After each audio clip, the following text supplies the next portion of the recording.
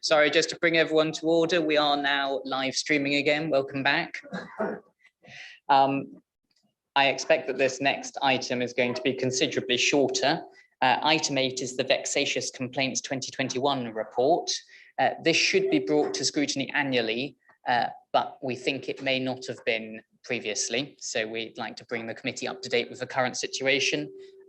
Mark, are you going to be presenting on this? Thank you, Chairman. Yes, as members will know, the vexatious behaviour policy governs how the council deals with and responds to customer behaviour which is deemed unacceptable. In 2020-21, no customers were dealt with under the customer's vexatious request policy. A short and brief report, Chairman, and you will notice on page 18 the recommendation that the committee notes the contents of the report. I shall conclude there. Thank you very much. Councillor Turner.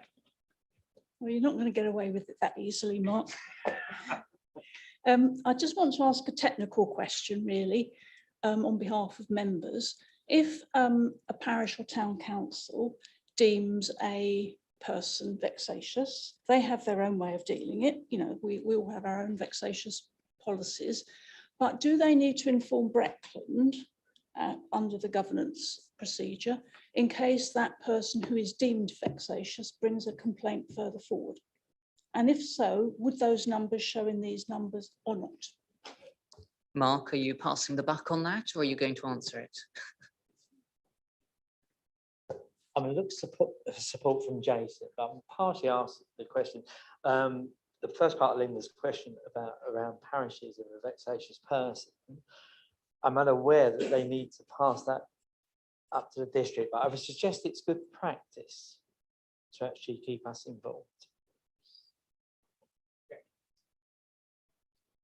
Oh, sorry.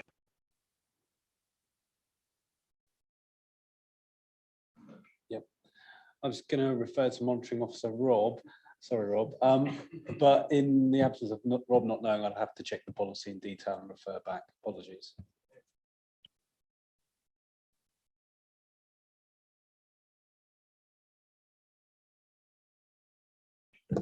Yeah, eventually. I think the answer is no, Linda, but we'll double check and confirm. I think each individual organisation has their own policy that they need to adhere to. In certain circumstances, when the customer goes beyond vexatious and becomes threatening in some way or other, then there are obligations in certain circumstances to make other agencies aware. So, for example, in a housing situation, we may deem it appropriate to make the landlord aware or social landlord aware so that we're not unduly putting others at risk. But there's clear protocols to go through in terms of sharing data and a clear threshold that needs to be met. But in terms of vexatious, I don't believe there's an obligation to share that information, but we'll double check and make sure. That was a hat trick, Linda. Terry, I think you were next, then Tim. Thank you, Chairman. I can vaguely remember when we debated establishing the vexatious policy, and one of the key concerns at the time was what my interpretation may be of somebody being vexatious may differ amongst other people. So the definition of what was vexatious or not was debated somewhat at length. I just wondered if we're not having any officially recorded, it begs the question, what training and advice is giving to staff to help them determine whether or not somebody is being vexatious? I mean, it's a relatively new policy last few years that we introduced. And I just wondered what the guidance is for sort of wider staff, because it may well be that people are being vexatious, but we're not recording them as such. Thank you, Chairman. I can reassure Councillor Jeremy in one way that we have had vexatious customers. I'm not sure that is reassuring, but to reassure that officers are notifying senior colleagues and management that where they deem customers to be vexatious, it comes up to senior management to sign off and deem it as an appropriate course of action in line with the policy. Clearly, something we always have to bear in mind is we have a statutory obligation to still provide service to the person who is vexatious, so we often put in arrangements in place about how they can suitably access our service and make contact with us. But I know of 2 or 3 examples that I've certainly signed off as vexatious over the last few years. It just so happens that it wasn't in the last calendar year. And sorry, just to clarify on that then, so once they go onto the list as vexatious, how or can they get off? Yes, they can get off. And I know examples where they have get off. There's an obligation to review things on a regular basis. I can't remember the exact timetable, but there is. But usual measures are we'd engage through a third party, engage through a solicitor or such like, engage in writing rather than in person. And if over a period of time things became less hot or less controversial or less sensitive, then we can review and change our strategy. But yes, that does happen. Thank you, Chairman. Simple one, just when I was reading through this in preparation, I thought, oh, I'll just have a quick look at the policy and I couldn't find it. Can you help me? Where is the policy? How do I see it?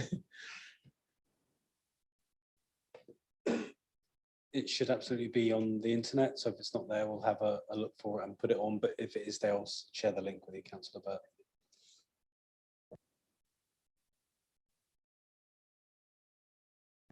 Just a quick one, Chairman. I'm bemused by the word customer in this report, and I don't quite know what a customer is in terms of vexatious complaints. Is it members of the public? Is it other councillors on other councils, on parish councils, or what is a customer, and why use that phrase?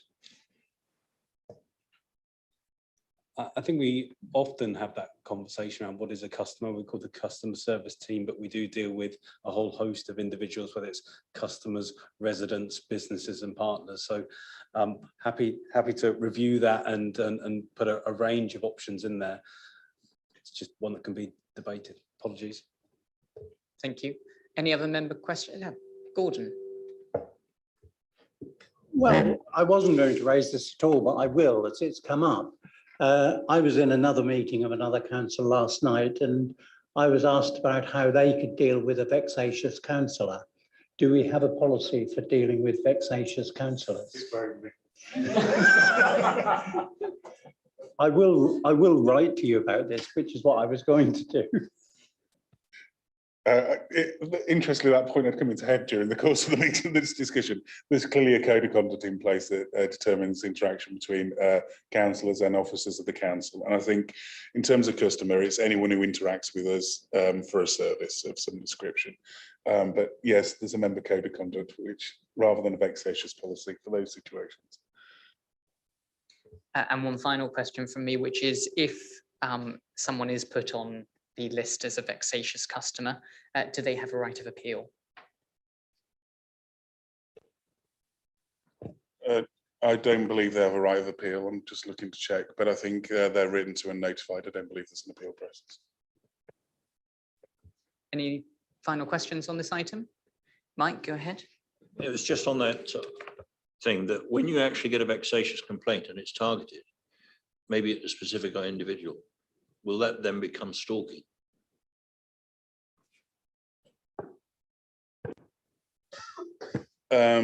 Quite possibly. We have had examples in the past where it's been targeted at a particular officer for particular reasons, which I won't go into for obvious reasons. And that has necessitated the involvement of other agencies for other reasons. So hence the reason it gets dealt with at a senior management level. If it goes beyond vexatious into something more worrying and more significant than that, as an organisation, we make sure that we put the appropriate measures in place to protect and safeguard the officer working for the council, and where appropriate, with the consent of the individual, would make referral to other agencies as necessary. So there sadly have been examples where it's got to those sorts of levels and we have acted in that way, but they are few and far between. But that's why it's important we have this sort of policy in place so we can protect our officers who are often dealing with customers in really difficult situations. Thank you. And Mark. Thank you. Just coming back to Tim's comment around the vexatious policy, is actually on the website and it's accompanied by an appendix with the flowchart. So we get that circulated out the link, Tim. Thank you all. Seeing no further questions, can I have a proposer that we note this report, please? Mark, and seconder, Mike. And all those in favour, please.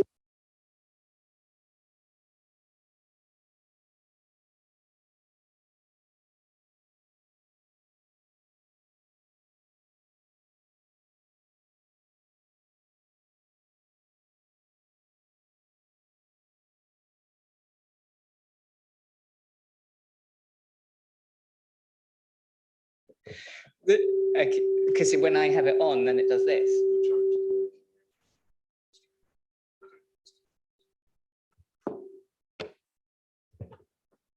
Testing.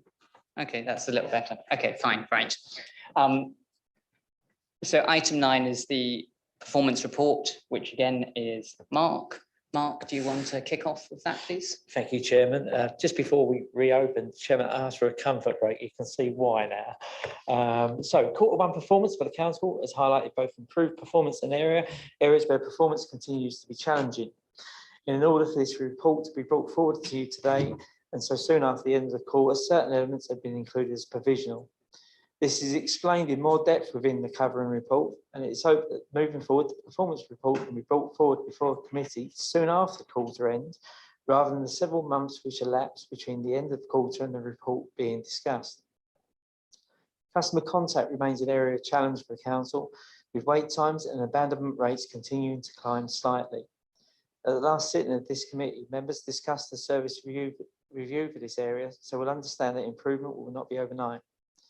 That being said, it is notable that in June there is an improvement compared to the previous months this year, and it is hoped that service can build on this improvement in conjunction with the service review to stabilise performance in this area. Attempts have been made to add more detail to the complaints indicator as per members' request at last committee. Discussions continue with the Statutory Information Office at how to best approach reporting on this area moving forward, and in a way which allows members greater detail in a concise way. Indicators around planning have also improved in Q1, with a notable 30% improvement in relation to major applications determined within timeframes. Whilst only provisional data, the improvement around missed bins can also be seen in the first 2 months of this quarter. And to my right, I have the aforementioned Jason to assist with any further detail. Thanks, Mark. Just a couple of points from me on the report, but firstly, Mark as portfolio holder has pushed myself and the other portfolio holders really hard to bring the data a lot further forward. Typically, the previous year, I've been a year and a half working at the council. These reports came 3 or 4 months after the quarter's finished, so it's really good. I think that we've got this information just 2 or 3 weeks after the quarter's finished. However, that's what, the reason I've mentioned it is, apologies, some of the data is a little bit light in some areas as we work with contractors and some of the service managers to ensure that the data is available a little bit sooner. So from a customer service point of view, as already alluded to, that review is ongoing, but we are seeing increases in performance already and into July, which isn't in this report. So just to show that there is an upward improvement trend there. Fly tipping has only got the April and May figures. So if you add on June's, it will be increasing again, but as item 11, I think we've got James here ready later to talk in more detail about fly tipping. And finally, staff turnover, I did want to touch on that. That increased to circa 4%, I think it was, of which 50% of that is made up of the transition as we separate from South Holland District Council, with 10 FTEs formally transferring over. The other 50% is made up of a couple of retirements, a couple of vendor contracts, and a handful of resignations. That was it from me. Thank you, Chair. Thank you so much. And I'll remind members that the indicator review is the next item. So if you focus your questions only on the performance for this item. Tim. Thank you, Chairman. Covered one of my questions, which was about the staff turnover. So yes, so presumably we'll see this level out and we'll get a better picture next quarter. Website visitors. Now, I'm very thank you for giving me the answer to that. It took a long time going, and I'm going to query really the value in which we are putting here, because we've got, you've got 4 parameters within here which are talking about this sort of thing with tweets and other things. Turns out that the data is probably unreliable because you're using Google Analytics and not everybody uses that. But crucially, Google Analytics is not actually applied across the whole website. It's only in certain areas. The script doesn't run on many pages. So if you go in there directly, you're not going to know, which gives you unreliable data. But what I'd like to ask really is are we targeting the same thing? Because it's, look on the next item, which I know we're coming to, but it's probably worth thinking about that we need to focusing on the wrong metrics. That's on section 1.5, page 31. Is what we're trying to do here establish whether we're actually providing good service to our residents? So is the question, do we need to rework this in a way which tries to see how our residents feel our performance is, whether we are answering the questions, whether we are providing them with the information. And just one other thing, which was on the colours, very useful to have these red boxes out there to say, to draw your eye to. I'm slightly concerned though that we're pushing a green box on the transition on FOIs, because obviously it's not green because we have a statutory obligation to reach this target, this time target. So we haven't quite met it. We are better than we were, but the green kind of says everything's all okay. Perhaps we should go for a yellow or something. Thank you, Tim. Could I direct you, Jason, only to answer about the FOIs at this stage, because Tim, your first question was solidly in next item. So we'll come to that at the next item. But please, and I do sympathise with Tim's point about FOIs. I say this every time the FOIs come. If we're not hitting 100% of the statutory target, it can't be green. But please. Yeah, a really valid challenge, and I'll review our criteria for FOIs and either bring it forward for discussion or make sure that it's suitably reflective of colour. Thank you. And the other point I'd make on FOIs, which actually Tim made again last time, was there are two statutory requirements for the response to an FOI request. One is that it be within 20 working days, and the other is that it be prompt within the context of the request. And prompt is a separate consideration. So if it's a very easy FOI request, you should actually respond well within the 20 working days. And it's actually a matter of a separate complaint of mine against a different authority. So I wondered if you might just provide what your thoughts are around prompt and how we measure whether or not we are meeting that statutory criterion.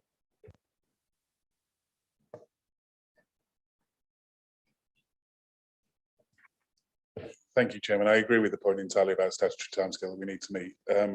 But I think the point, and maybe this was what Jason would like to make as well, not all of FOIs are equal. So some are used as a cold marketing technique to try and get information out. Some are legitimately residents or businesses or people accessing service or press or members with legitimate inquiries about the business.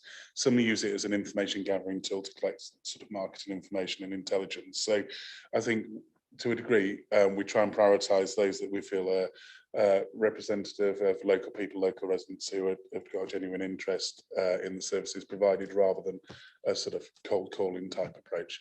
So it's not all equal, I suppose. We did have that discussion last time. I don't recall anywhere in the Act that makes such a differentiation. No, it doesn't. But in terms of our, we would rather be prompt.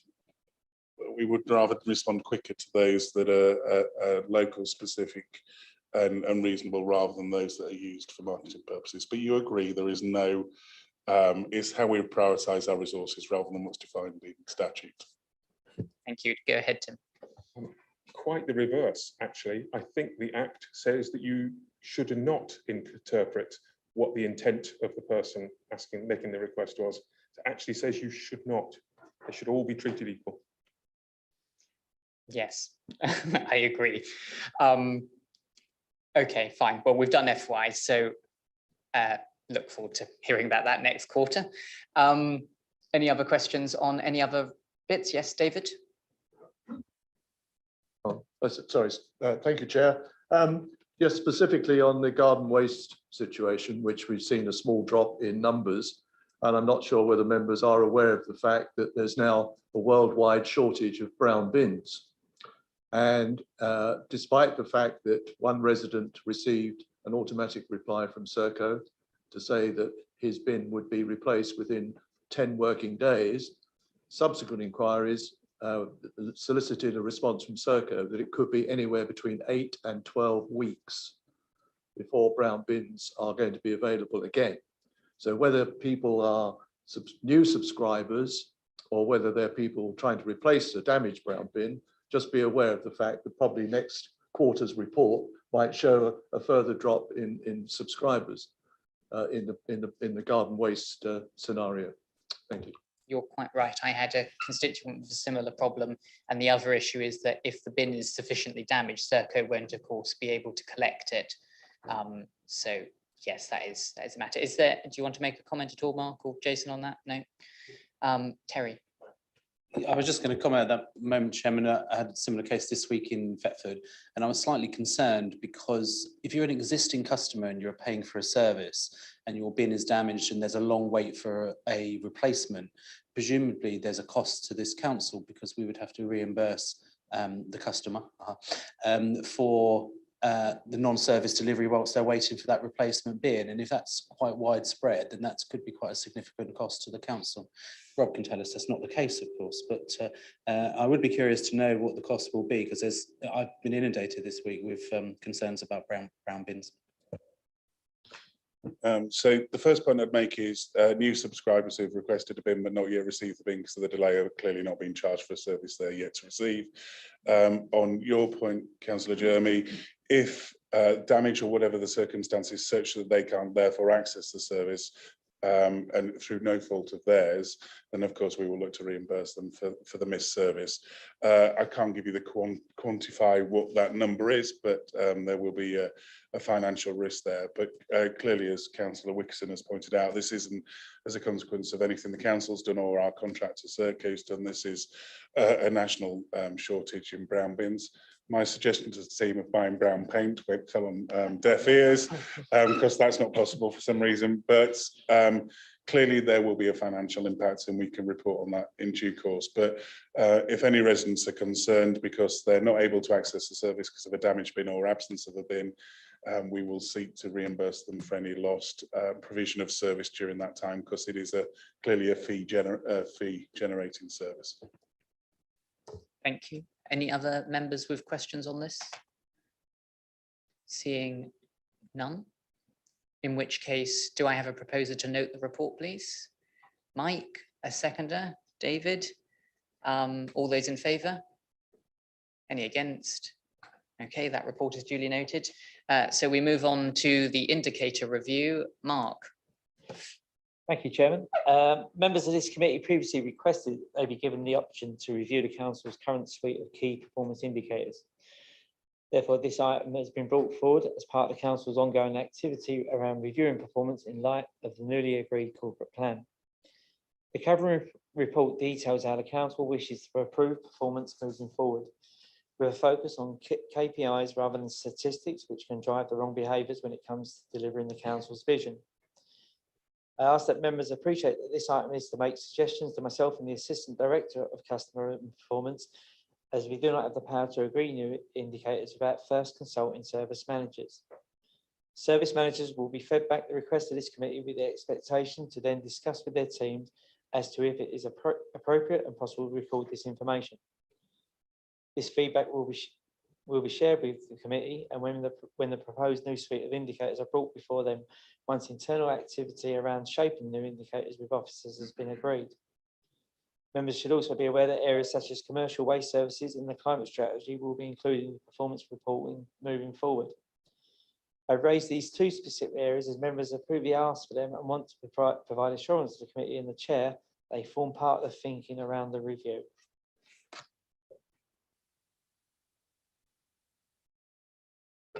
Thank you, Mark.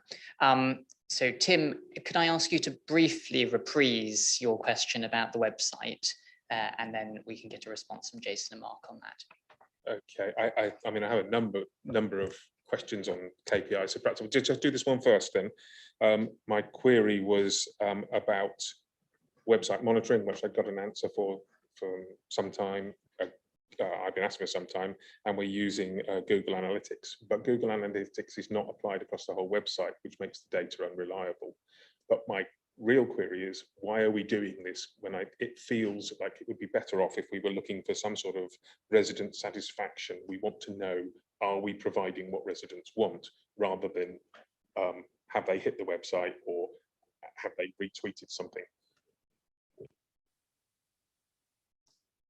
Yeah, absolutely. So that's a lot of discussions that's been going on at an officer level, and we're working hard to get in a position to share with our portfolio holders around measuring customer satisfaction. So that's absolutely part of that KPI review. Thank you. Tim, your further questions? Yeah, I mean, this has been ongoing for a little while. I know we've had some council meetings and, you know, it's frustrating to get the delays because we do want this information. I'd listed quite a number in the past of things which I'd like considered, and we don't have this yet and haven't got anything in the report to sort of say. So things like the FOI metric about prompt action, that was one that we discussed last time. Talked about jobs density being created within the district, which is very valuable for bringing work in here, very valuable for our residents to make sure that we can work within the district. The 5-year land supply, crucial again to how residents feel about the planning system, how, you know, make sure that that's progressing, see that as a KPI.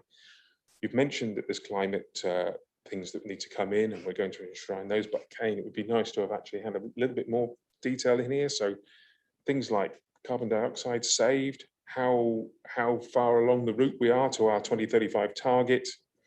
And perhaps another one would be progress with the local plan, and again tie that in with climate, because that is one of the things that which we have identified as a way in which we can drive policy which reduces our carbon impact. And I'm kind of getting a bit frustrated that we're going a long way along here and we're not actually seeing any of the concrete discussions on these, even if they are still just, you know, a discussion phase. Thank you, Tim. I'd be interested actually in members' views on some of those proposals. I thought some of them had merit. There were a couple that I probably wouldn't have put into the KPIs. But before we just go back to officers, do members have any points they want to raise around any of those? Are people broadly in support of including extra metrics around 5-year land supply or the local plan or carbon dioxide emissions? Go ahead, Terry, and then certainly around the carbon reduction, if we've adopted a sustainability strategy, we need to introduce some KPIs around that so that we can monitor progress. I do have my own, if I may, as well, just to throw into the mix. One of my main concerns at the moment is around housing and the length of time taken from to process a housing application, support applications, go on to the process for bidding. In some cases, it is taking literally months for that process to complete. I think there should be an accepted standard of how long we take to process an application. So a KPI around that would be really useful. Terry, Mark? Yes, thank you, Chairman. I just address the 5-year housing land supply. That would remain static for a year, because once it's actually asserted whether we have or have not, every April, that runs through to the next April. So it wouldn't change over the course of a year. So I can't see the point in putting it as a KPI to come back every 3 months, because it'd be exactly the same. And I think the progress towards a new local plan, that comes before the planning committee every time as a standing item on the agenda. And I think that's the right place for that to go, rather than having a KPI, because it'd be very difficult to measure exactly what's going on within because there's so many bits of work that go into that work in terms of SMARs and all the other good bits of paper that we need to produce, that you can't actually say, well, it's 90% or it's 80% or it's 50% or it's not going anywhere. You just can't tell. So I would propose that those 2 items would be left off the KPI list because of what I've just said. Okay, so to try and make this a useful item for Jason and the team, I think it's useful if we go through the proposals and then we say which ones the committee generally want to put forward, and then you can go away, because there's no point getting you to comment on them until you know if service managers are going to be able to do the work anyway. So a 5-year land supply, are the committee happy not to put that forward on the basis of Mark's argument that it doesn't move in tri-year? Okay, fine. So we won't do 5-year land supply. Local plan, do the committee agree with Mark or Tim, as in they want it not on or on in terms of progress?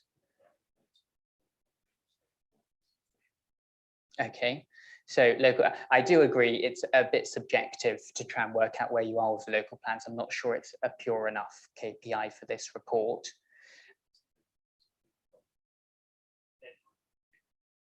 Agreed. Then we've got CO2 emissions. and progress against our target. I presume that'd be sort of a percentage of our total CO2 emissions, something like that. Are people broadly in favour of a metric around that? I'm seeing nods. Yeah, yeah. Okay, so we'd like you to consider some sort of CO2 emissions target against our 2035 target. FOI requests, I feel very strongly about as well. Are members happy to try and include something around prompt? Yeah, okay, fine. Then Terry suggested the housing application length of time, and that's a statutory requirement anyway, Rob just whispered to me. So are members happy that we include that as a KPI? Good. There were two, well, I had a couple of points which were on the information. The first one was, and this isn't actually a KPI point as much as just a detail point, I would probably make it explicit the timeframes. I was just having a look at complaints in FOI, and it doesn't actually say, unless I'm being really dense, in which case do tell me. But I don't think it says the actual time frame we allow for an FOI and for a complaint. And whilst I know the FOI one, I don't actually know the complaint one. So that would be nice to include as context. And the second point is I think we should also include a target around subject access requests. Presumably we get those and we have a statutory time limit to respond to those. And additionally, I came across a potential data breach in the last month. I would be interested, if members agree, in seeing how many reported data breaches or near misses we have in the council under GDPR. Are members happy? Yeah. In which case, if you'd be able to look at whether that's feasible, that would be great. Tim. There was just one more in my list, which was talking about sort of jobs density, number of jobs created within the district. And yeah. Rob is going to comment on that. I'm worried that that might be a little complicated, but I think it's a useful point, because I think it's an interesting debate about those where we have direct influence on and those where we're one contributing factor in a wider piece. So as a solution to this, what I'd like to propose, and something that we've talked through with Jason, is we have the performance metrics, the KPIs for direct action that the council's taking. And on a regular basis, whether it's an annual or 6-monthly basis, we bring forward what I call a state of the district report, which looks at those socio-economic measures that demonstrate the vibrancy or challenges that we're facing as a district. And therefore we can look at, because it'd be hard to say, here's job density and here's our direct influence on that figure, would be very hard to make. But absolutely, I understand it's a really, really important metric for what's going on within the district. So if that's okay with the commission, we could have a direct suite of KPIs for the council's action, but then a state of the district, state of the place type report that comes to the commission, which talks about the more wider measures. So just to check with members then, would they be supportive of a state of the district? Yeah. And how often, I want nods for say 6 monthly or 6 monthly. Yeah, okay, we'll try that to start with. I'll go to Terry, then I'll come to Peter. Go ahead, Terry. I was just going to say that that's sounds very similar to something the county council produce. Actually, they do an economic insight, which I always find really useful. So do have a conversation with them about, you know, what data you can use, not create too much work for yourselves. And that includes things like new business startups, which is equally valuable as, you know, number of employees, but business startups as well. Great, Peter. Yeah, just a comment for a note. Back in 2015-16, I think we commissioned a report, and we had a government report identify Breckland as a migration county at that point, where obviously we encourage people to live here, but they obviously cross borders which are very, very tight to Breckland on all sides. So we could perhaps include some of that. Absolutely, Chairman, and you'll be having a presentation from Andrew Holdsworth shortly as part of this meeting. You'll be aware that Hatch are doing the Future Breckland's work, and as part of that work, they've created an encyclopedia of data about what's going on within the district. That might be a good first report when it's ready to give you a snapshot of the economic stuff that's going on within the district. Jason, did you want to say anything? No. Any further proposals from members, or do you feel we've given enough work to Jason and Mark for today? Yeah, okay, excellent. All right, in which case, I think we note this report. Could I have a proposal to note the report, please? Peter, and a seconder, Tim. All those in favour? That's done. Thank you very much. So on to the next item. Not on to the next item. Could we have a 5-minute comfort break? Could people be back by 22, please? That's sort of 7 minutes. I know, that's so generous.